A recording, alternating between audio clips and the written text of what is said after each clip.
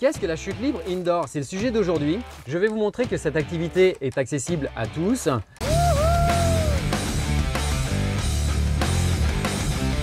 Dans cette vidéo, nous allons aborder la définition de l'activité.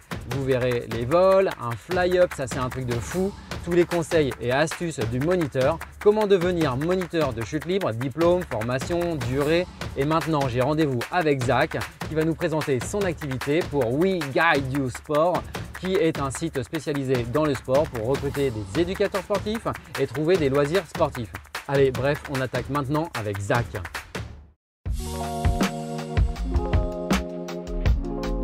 On arrive à Will Alp et normalement on va trouver notre moniteur qui doit être dans les parages. Salut Zach, Charles. C'est ça? Ouais. Enchanté. Bienvenue. Zach. Tu vas être mon moniteur aujourd'hui. C'est ça, ouais. Exactement, moi c'est parfait. Aujourd'hui on vient, c'est pour donner envie aux gens de pratiquer la soufflerie, c'est ça? Ouais.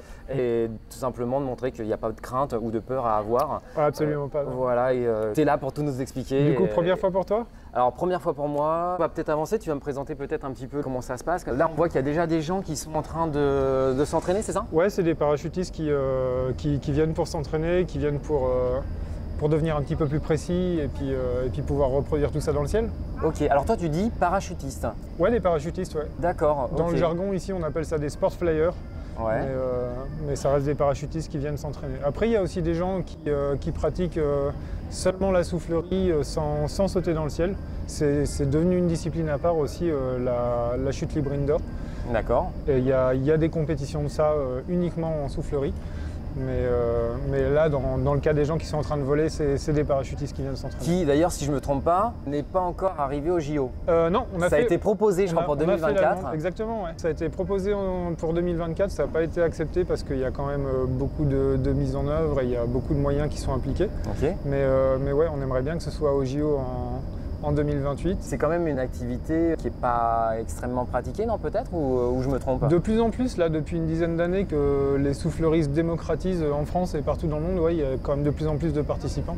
Oui, parce que peut-être ça fait moins peur que de sauter d'un avion. Bah déjà, ouais. Ici, t'as pas l'adrénaline de sortir de l'avion. Mais après, le feeling est quand même vachement similaire. Ouais. Donc ça tombe bien, ça rentre exactement nous dans le thème de l'émission. On a juste la soufflerie. C'est plus facile pour moi de me dire, bah tiens, je vais aller essayer, quoi. Ouais, bah, tu vas voir, c'est un outil qui est vraiment très permissif, dans le sens où tout le monde y arrive, on arrive à faire voler tout le monde à l'intérieur. Au niveau des limites d'âge, on commence à partir de 5 ans. Rien que ça, pour moi, ça prouve que c'est vraiment très accessible. Moi, la personne la plus âgée que j'ai vu voler, c'était quand je travaillais en Angleterre, un monsieur qui avait 102 ans. D'accord. Donc voilà. Okay. En général, c'est ce que je dis aux gens quand ils viennent en disant j'ai peur. Ouais, de 5 ans, pour l'instant, dans ton exemple, à 102 ans, il n'y a pas de souci, on peut tout à fait le faire. Après, une autre des choses qui montrent aux gens que c'est vraiment assez facile d'accès, c'est qu'on fait voler des personnes en situation de handicap, des gens qui sont en fauteuil, des amputés, des aveugles. Alors, question bête, hein. Ouais. Tu mets pas le fauteuil dedans? Non, tu ne mets pas le fauteuil dedans, non. C'est arrivé en parachutisme, donc en sautant d'avion, il y a des gens qui sautent de l'avion avec le fauteuil et qui posent avec le fauteuil. D'accord. Mais c'est des gens qui sont autonomes, ou qui ont beaucoup d'entraînement derrière, mais ça existe, quoi. La personne qui est en fauteuil, il va se débrouiller juste avec ses mains? Ça va dépendre du handicap en lui-même. On peut avoir un peu de tout. On peut avoir des gens qui ont un petit peu de mobilité dans les jambes, des gens qui n'ont pas du tout de mobilité à partir des abdominaux. Donc nous, on va vraiment s'adapter. On va pouvoir mettre 1 ou 2 moniteurs si nécessaire, mais c'est toujours du cas par cas. Et là, récemment, l'année dernière, on a un jeune, Clément, qui fait partie d'une association qui s'appelle Nos Petites Étoiles, qui est venu s'entraîner. C'est un jeune qui est très sportif, qui a beaucoup accroché, qui est en fauteuil aussi. Et là, on l'a un petit peu poussé pour qu'il aille vers la compétition. Et il a fini 3e au championnat de France cette année. Donc en handisport? En handisport, ouais. D'accord, ok. Bon, on va en profiter pendant qu'on est là, puis on voit qu'il y a 3 personnes qui sont dedans. Ouais. Quelles sont les craintes en général des personnes? Se dire, bah, bon, moi, ma première crainte, ça serait si je fais une erreur, je vais me retrouver perché tout en haut. C'est quoi le tube? Il fait combien le tunnel? 20 mètres celui-là, ouais. 20 mètres, donc je vais me retrouver perché à 20 mètres. Ouais, est-ce que c'est possible ou pas possible? Et puis, est-ce que je vais pas me taper des parois, quoi? Non, c'est absolument pas possible de se retrouver perché là-haut, mais déjà, c'est normal d'avoir peur de ce qu'on ne connaît pas. Oui. Les gens arrivent, ils découvrent, c'est quelque chose qui est nouveau pour eux, ils n'ont aucune idée de comment ça va se passer. C'est un environnement qui est assez particulier, du coup, avoir des gens qui ont un peu les chocottes, ça c'est normal. Donc ça fait aussi partie de notre boulot de leur expliquer que c'est quelque chose qui est abordable et qui va être bien plus facile d'accès que ce à quoi ils s'attendent. Après, monter, nous, notre travail, c'est de faire de la prévention. Donc si quelqu'un se met à monter, bah, nous on va juste l'attraper et le faire redescendre à notre niveau. D'accord. Donc il va y avoir le travail du moniteur qui va éventuellement rattraper l'élève. Bien sûr. Mais il y a aussi peut-être on voit un technicien. C'est des moniteurs, on alterne à tour de rôle, on passe aussi à la console pour piloter la machine. Et la personne va ajuster le vent en fonction du gabarit de la personne qui vient voler. C'est-à-dire que quand la personne va se présenter dans le cas d'un baptême pour venir faire son vol, on va avoir l'instructeur qui est aux commandes de la machine, qui va jauger un petit peu le gabarit. Donc c'est un rapport poids-surface. Okay. Quelqu'un qui est très grand et très fin, il va voler avec très peu de vent. Ouais. À l'inverse, quelqu'un qui est petit et très costaud, bah, il va être très dense, on va lui mettre un petit peu plus de vent pour qu'il soit porté. Donc ça, nous, on adapte. Et le moniteur qui est à l'intérieur avec la personne va finir d'ajuster la vitesse de vent pour vraiment avoir quelque chose qui est confortable pour la personne qui vole à l'intérieur. Okay. Si jamais la personne se met à monter, bah, déjà le moniteur à l'intérieur, lui, va la faire redescendre. Et si jamais ce n'était pas le cas, bah, en général, le pilote va anticiper un petit peu et baisser un petit peu la vitesse de vent. Et dans tous les cas, si jamais une personne nous échappe et se mettrait à monter, cette soufflerie-là, elle a une conception qui est particulière qui fait que plus on va monter, moins le vent sera puissant. Oui, parce que j'ai vu qu'en fait, on avait un tube qui s'évasait, donc évidemment, bah, il y aura moins de vent en haut. Et il t'a fallu combien de temps pour passer ton diplôme? Alors le diplôme, paradoxalement, il est assez rapide à passer, c'est un CQP, donc c'est un certificat de qualification professionnalisante, c'est pas un BE. D'accord, mais reconnu par Jeunesse et Sport quand même? Oui, bien sûr. Bien sûr, reconnu par l'État français. Et ce diplôme-là, si tu t'en sors bien, tu vas mettre 3 mois à le passer. D'accord, ok. Ouais. Ah, c'est assez rapide finalement. Ouais. Mais attention, en soufflerie. Parce que j'imagine que c'est différent pour la chute libre. La chute libre, oui, ce sera un brevet d'État et ça demande... Ah, donc vous avez 2 diplômes différents. Exactement. Le brevet d'État pour la chute libre à partir de l'avion et le CQP pour la soufflerie. Quelqu'un qui travaille en soufflerie ne pourra pas forcément travailler dans le ciel en parachutisme et quelqu'un qui vient du ciel ne pourra pas forcément coacher en soufflerie. C'est deux diplômes à part. La formation n'est pas du tout la même. Elle n'est pas axée sur les mêmes choses. Ok. Et toi, donc, comment t'es arrivé là-dedans? Eh ben, je travaillais dans le milieu du parachutisme. J'étais plieur, donc je repliais les parachutes. Et je travaillais à l'étranger et j'ai vu qu'il y avait une soufflerie qui allait se construire à Paris. Donc j'ai postulé pour cette soufflerie parce que c'est un métier que tu peux faire sans avoir jamais volé de ta vie. Et par contre, je voulais devenir bon dans le ciel. Et par la soufflerie que tu vas devenir efficace dans ton vol pour plein de raisons. La première, c'est que tu peux voler vraiment très longtemps, t'es pas tributaire de la météo. Là, si tu veux passer 2 heures dedans, tu peux. Ça coûte moins cher aussi? Ça coûte un petit peu moins cher, mais le vrai plaisir pour nous, ça reste d'aller sauter dans le ciel, bien sûr. Oui. Mais ça permet de prendre les bases et de bien progresser. Et ça te permet d'avoir un vol qui va devenir très très efficace parce que ici, t'as pas beaucoup d'espace.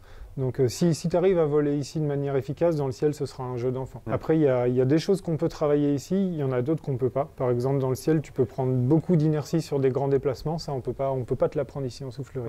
Après, tu verras tout à l'heure quand on sera dans le SAS, tu as aussi un écran qui te permet de voir ce que tu viens de faire entre chaque session de vol. Et se voir voler, c'est la moitié du travail parce qu'on ne se rend pas toujours compte des positions qu'on a en vol. Du coup, te voir voler, ça va vraiment te permettre de te rendre compte des erreurs que tu as faites ou des choses qui étaient bonnes et qu'il faut garder. Et puis, en plus de ça, tu as toujours un moniteur avec toi. Du coup, lui, il va pouvoir te corriger en temps réel pendant que tu voles pour que tu puisses sentir que tu as fait de bien ou ce qu'il faut améliorer. Ok, donc justement, la vidéo qui souvent fait partie de l'élément du moniteur qui va te permettre de faire évoluer son élève et de le faire progresser. C'est un outil qui est pas seulement par les conseils, mais aussi par la vidéo. Tu vas voir, c'est un sport, quand tu le fais à haut niveau, qui est très réactif. Les mouvements ont vraiment une importance très très forte. Du coup, c'est vraiment un outil pédagogique de dingue pour nous d'avoir la vidéo et de pouvoir montrer aux élèves ce qu'ils ont fait après coup. Tu vas me présenter un peu l'équipement, donc là, dans un premier temps, tu vas vider tout ce que tu as dans les poches, enlever tous les bijoux que tu as sur toi.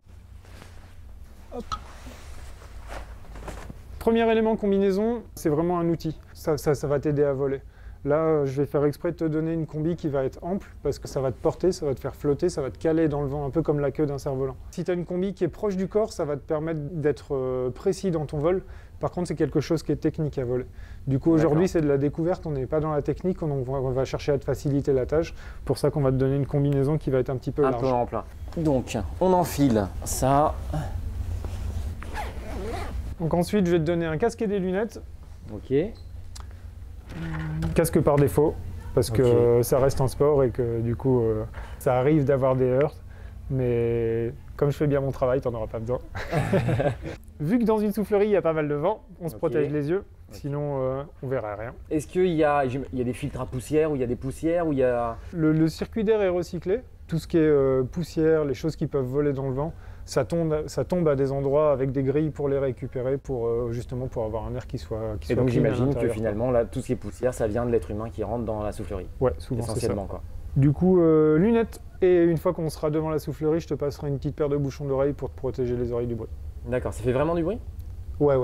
Tu pourrais voler sans, hein, mais c'est pas très agréable. D'accord. Si tu perds un bouchon pendant que tu es en train de voler, c'est pas grave, tu vas pas sortir sourd, mais c'est quand même du confort de les avoir bien mis. Ok.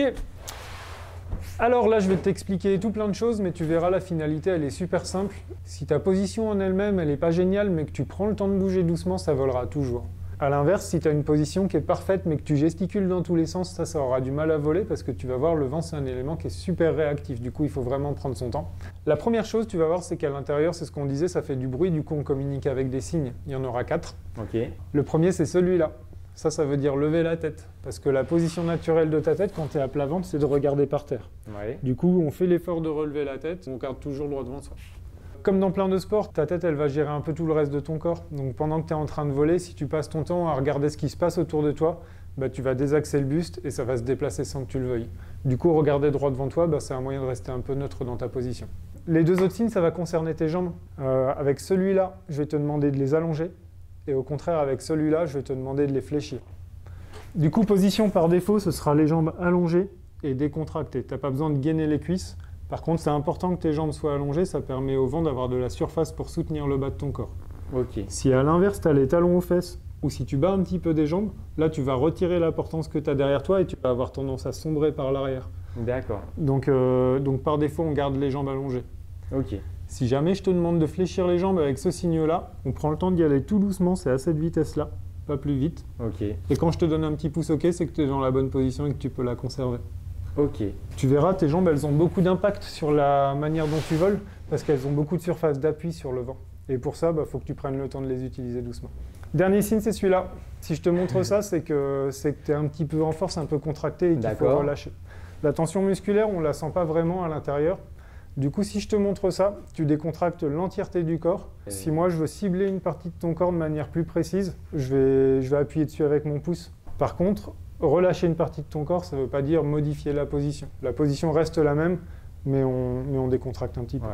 Pour rentrer dans le vent, quand ce sera ton tour, tu te présentes à la porte, tu regardes au plafond, les mains en l'air. Moi, je vais venir t'accompagner par la taille et l'épaule. Toi, tu laisses juste partir le buste en premier. Hop.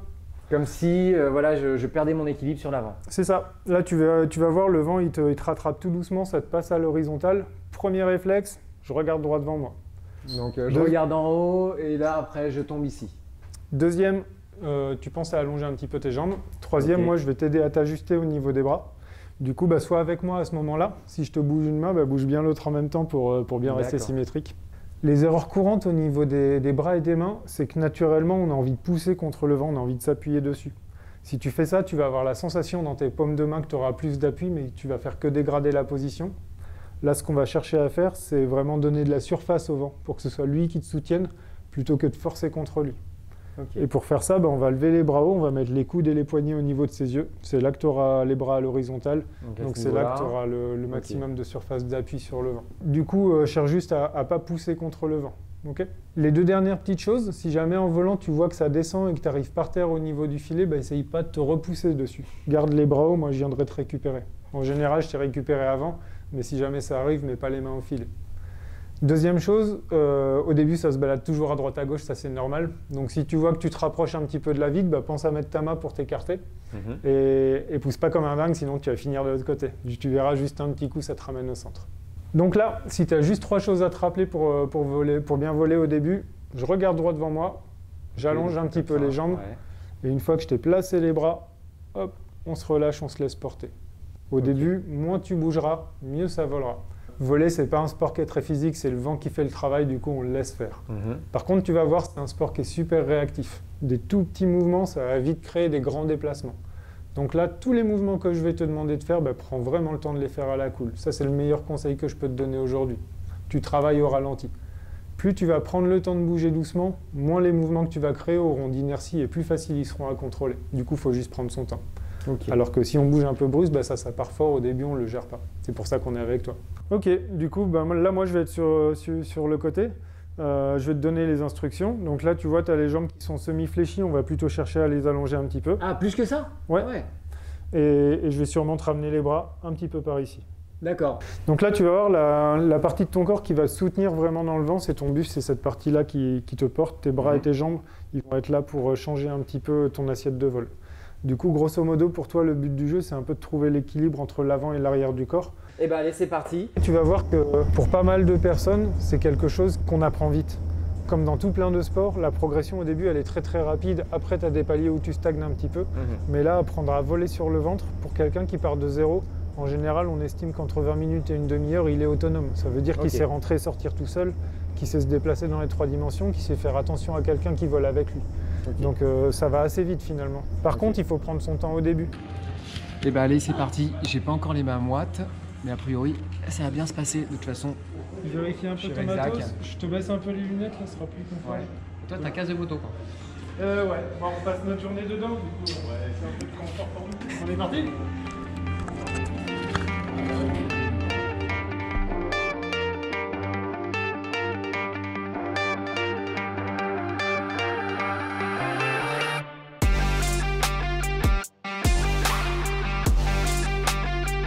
On trouve une position qui est stable dans laquelle on est décontracté. Si ça vole bien, c'est ce que je te disais, moi je vais passer devant toi pour te montrer les premiers exos. En général, c'est tourner à droite à gauche, monter, descendre.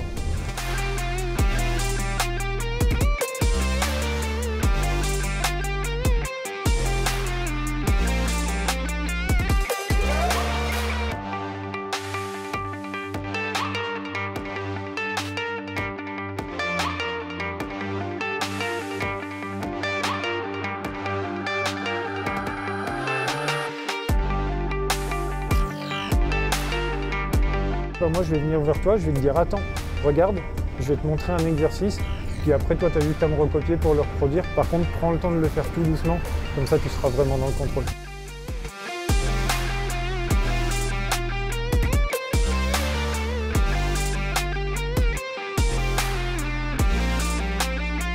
Et puis surtout, la position que je vais te donner au niveau des bras, fais un effort, conserve-la. Il y a beaucoup de personnes à qui on ajuste les bras, 2 secondes après ils se relâchent et ils reviennent dans leur position de départ. Donc ça, on ajustera la position à l'intérieur.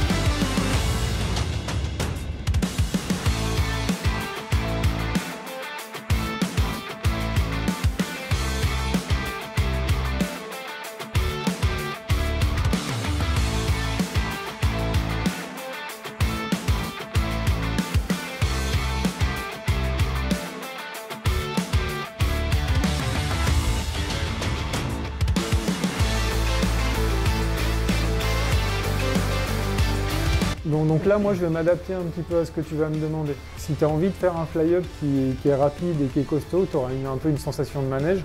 Du coup, là, on peut y aller un petit peu fort. La seule chose que je vais te demander quand on va prendre de la hauteur comme ça, c'est que toi, tu gardes ta position tranquille, c'est moi qui gère tout. Et rends-moi la vie facile. Ok, pas de soucis.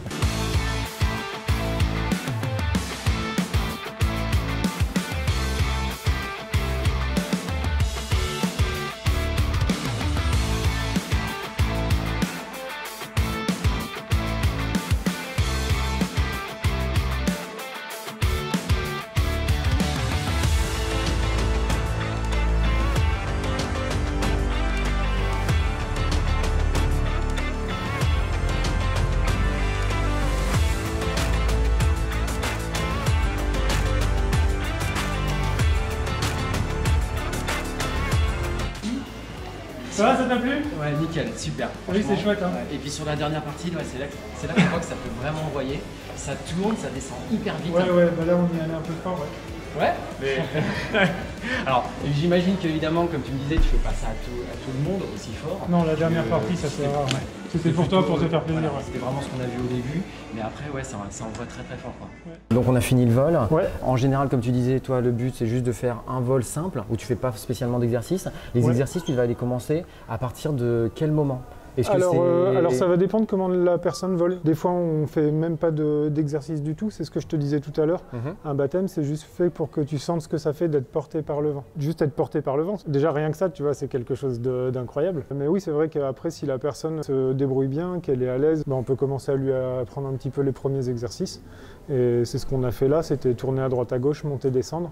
Et puis, tu as vu, c'est réactif, du coup, on prend son temps à l'intérieur, c'est comme ça. Si tu es un petit peu brusque dans les mouvements, c'est pas grave, parce que nous, on va gérer ton vol, mais c'est juste toi qui vas moins sentir les choses. Je t'ai senti très présent et c'est ce qui est sécurisant. Ouais, et puis après, on essaye d'être là pour vous, mais de ne pas être intrusif dans votre vol, parce que on veut que vous profitiez au maximum. On essaye de se faire aussi discret qu'on peut, mais en étant à côté de toi, quoi. Mais c'est exactement ce qui s'est passé. Je me sentais à la fois voler, essayer de faire des exercices, mais je sentais ta présence. Donc, tout se passait bien. Et dans la progression, donc là en gros ça serait si quelqu'un qui veut débuter, donc on fait un petit peu l'orientation, enfin essayer de tourner. Alors, après c'est monter, descendre et la suite ça serait quoi? Au niveau de la progression pure, une fois que tu as fait ton baptême, ça te donne accès à l'étape suivante, c'est ce qu'on appelle les packs progression. Donc ça c'est un bloc de 20 minutes. En général on va le découper en 2 sessions de 10 minutes et dans cette session de 10 minutes là, on va plus chercher juste à te faire voler, on va vraiment te briefer les exercices avant d'aller voler. Tous les exercices de base c'est tourner à droite à gauche avant circuler, monter, descendre.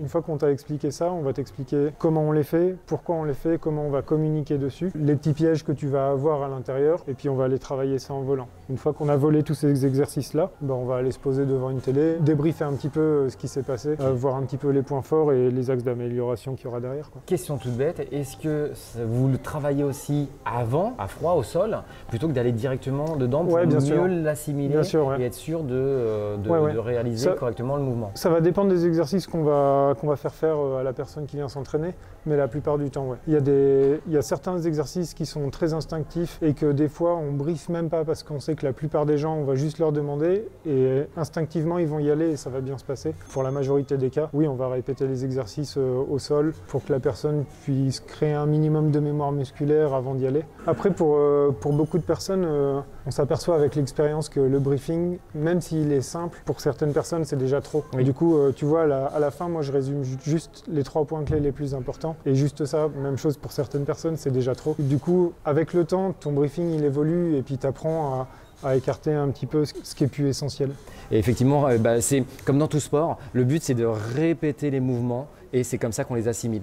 En tout cas, merci encore une fois de m'avoir fait pratiquer ça. Si vous aussi vous souhaitez découvrir la soufflerie avec Zach chez Winalp, donc c'est basé à Méry à côté de Aix-les-Bains. Regardez sur notre descriptif en bas de la vidéo. Merci à toi. De rien, avec plaisir. J'espère à une prochaine et n'hésitez pas à contacter Zach.